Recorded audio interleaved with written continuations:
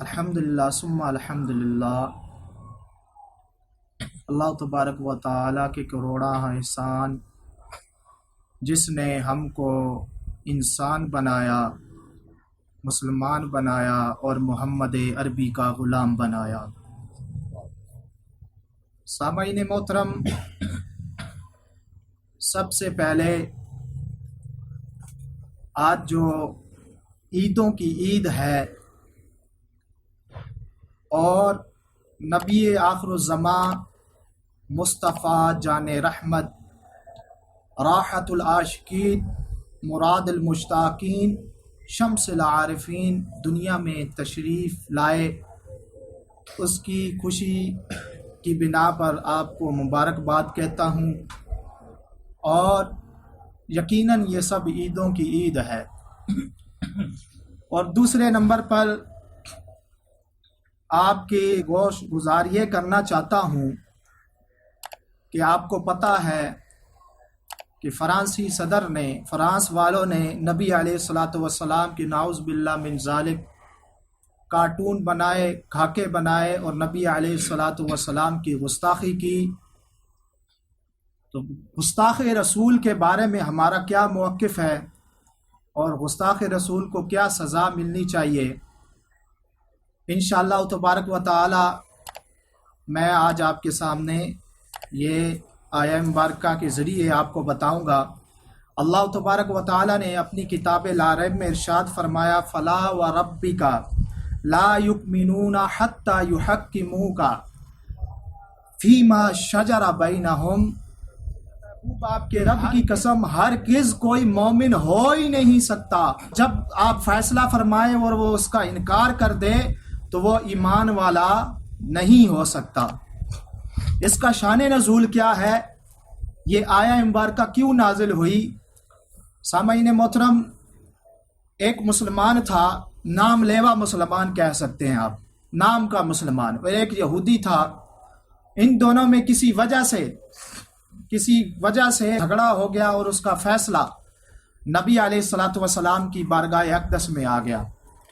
تو نبی علیہ الصلاۃ والسلام نے یہودی کے حق میں فیصلہ دے دیا، کیونکہ مسلمان جو تھا وہ رونگ تھا، اس وقت وہ نام لیوا مسلمان تھا۔ نبی علیہ الصلاۃ والسلام نے یہودی کے حق میں فیصلہ دے دیا۔ تو سامعین محترم، جب بار آئے نا، مسلمان کہنے لگا کہ یہ نعوذ باللہ من ذالک، یہ مجھے فیصلہ منظور نہیں ہے، نبی علیہ الصلاۃ والسلام کا فیصلہ منظور نہیں ہے، چلو حضرت ابو بکر صدیق کے پاس چلتے ہیں، ان سے فیصلہ کرواتے ہیں۔ یہودی نے بولا ٹھیک ہے۔ مسلمان اور یہودی پھر حضرت ابو بکر صدیق رضی اللہ تعالی عنہ کے پاس تشریف لے گئے، اور ان کو بتایا نہیں کہ نبی علیہ الصلاۃ والسلام نے ہمارا پہلے یہ فیصلہ فرما دیا ہے۔ تو سامعین محترم، حضرت ابو بکر صدیق یار غار نے بھی یہودی کے حق میں فیصلہ دے دیا۔ تو جب بار آیا، مسلمان تو کہنے لگا ان کا بھی مجھے فیصلہ منظور نہیں ہے، تو چلو حضرت عمر فاروق رضی اللہ تعالی عنہ کے پاس، وہ فیصلہ کریں گے۔ تو سامعین محترم، حضرت عمر فاروق رضی اللہ تعالی عنہ کا دروازہ کھٹکھٹایا۔ حضرت عمر فاروق رضی اللہ تعالی عنہ بار تشریف لے آئے، اور وہ مسلمان کہنے لگا فلاں چیز کی وجہ سے ہمارا جھگڑا ہوا ہے، آپ فیصلہ فرمائیں۔ تو حضرت عمر فاروق رضی اللہ تعالی عنہ نے فرمایا ٹھیک ہے، مگر یہودی اس وقت بول پڑا کہ اے عمر، فیصلہ کرنے سے پہلے اس بات کا لحاظ رکھنا کہ تمہارے نبی علیہ الصلاۃ والسلام نے بھی فیصلہ میرے حق میں فرمایا ہے، اور حضرت ابو بکر صدیق نے بھی یہ فیصلہ میرے حق میں فرمایا ہے۔ تو سامعین محترم، تو حضرت عمر فاروق رضی اللہ تعالی عنہ نے کچھ دیر خاموشی اختیار کی، اور مسلمان اور یہودی کو کہا کہ آپ دروازے پر کھڑے رہو، میں گھر سے ہو کے آ رہا ہوں۔ سامعین محترم، حضرت عمر فاروق رضی اللہ تعالی عنہ گھر تشریف لے گئے، اور گھر سے تلوار لے کر آئے، اور تلوار کو ہاتھ میں لے را کر فرمایا جو نبی اور اللہ کا فیصلہ نہ مانے اس کا فیصلہ میری تلوار کرے گی۔ سامعین محترم، اس مسلمان کا سر، جو نام لیوا مسلمان تھا، اس کا سر قلم کر کے رکھ دیا۔ سامعین محترم، اس سے مراد یہ ہے کہ جو نبی علیہ الصلوۃ والسلام کا فیصلہ نہ مانے تو وہ بھی ایک گستاخ ہے، اللہ کا گستاخ ہے، رسول اللہ کا گستاخ ہے۔ تو سامعین محترم، گستاخ رسول کی ایک سزا سر تن سے جدا، سر تن سے جدا۔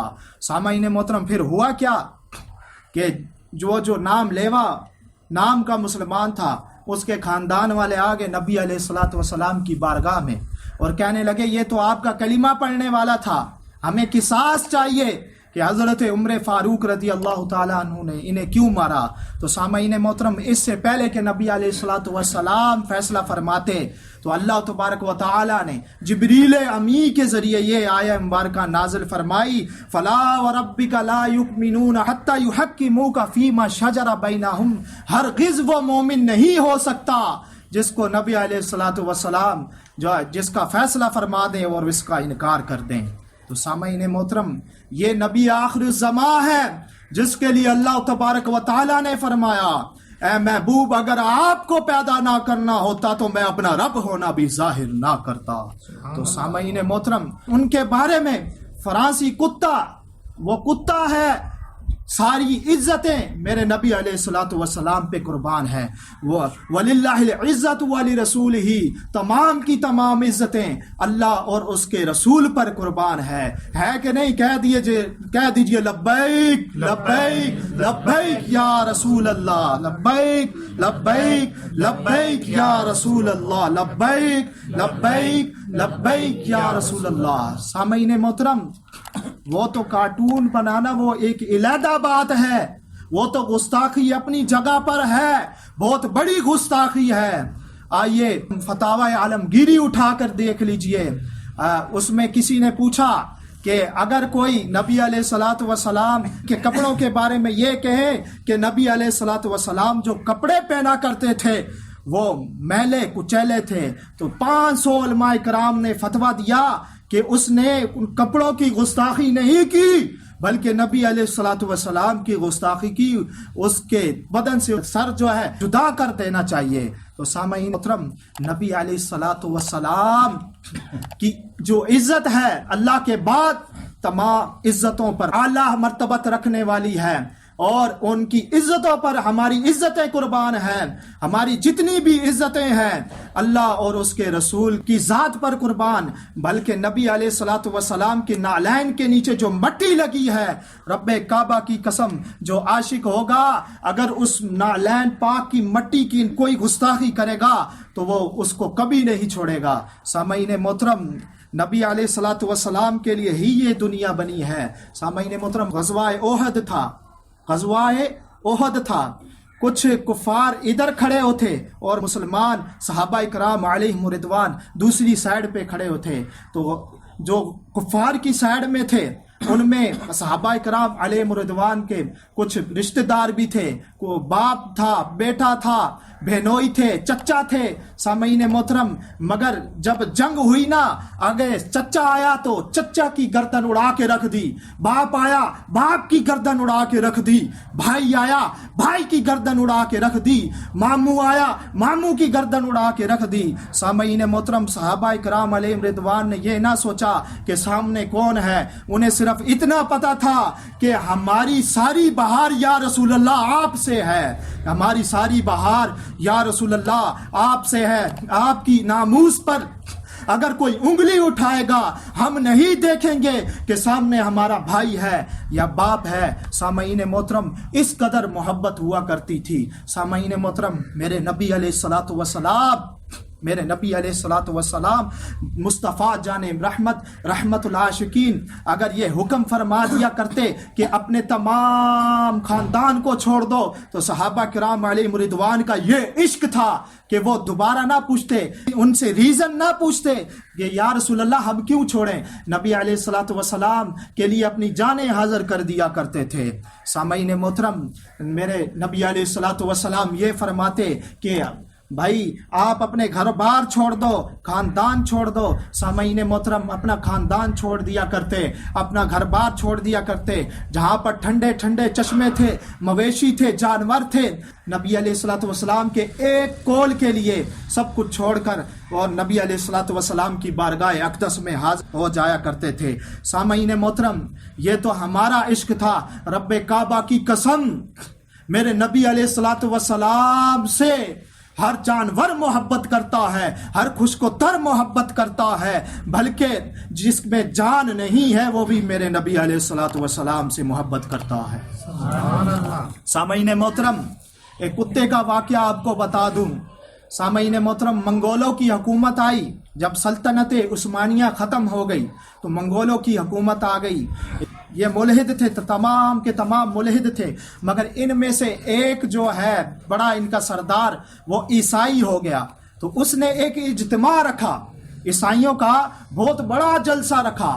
تو اس میں بڑے بڑے عالم عیسائیوں کے آگے تو نعوذ باللہ من ذالک 40,000 سے اوپر مجمع تھا. سامعین محترم ایک ان یہودیوں کا عالم ممبر پر آ کر میرے نبی علیہ الصلوۃ والسلام کی گستاخی کرتا ہے، ساتھ میں ایک کتا بندھا ہوتا ہے. سامعین محترم وہ کتا بھونکتا ہے اس پر. تو مجمع والوں نے بولا کہ تم نے مسلمانوں کے نبی کی گستاخی کی ہے، اس وجہ سے یہ تم پر بھونک رہا ہے. تو وہ یہودی کہتا ہے نہیں نہیں ایسی بات نہیں ہے، اصل میں جو ہاتھ ہلا رہا ہوں نا تقریر کرتے ہوئے، یہ کتا یہ سمجھتا ہے کہ شاید یہ مجھے مارنے والا ہے، یہ کتا بڑا غیرت مند ہے، اس وجہ سے یہ مجھ پہ بھونک رہا ہے.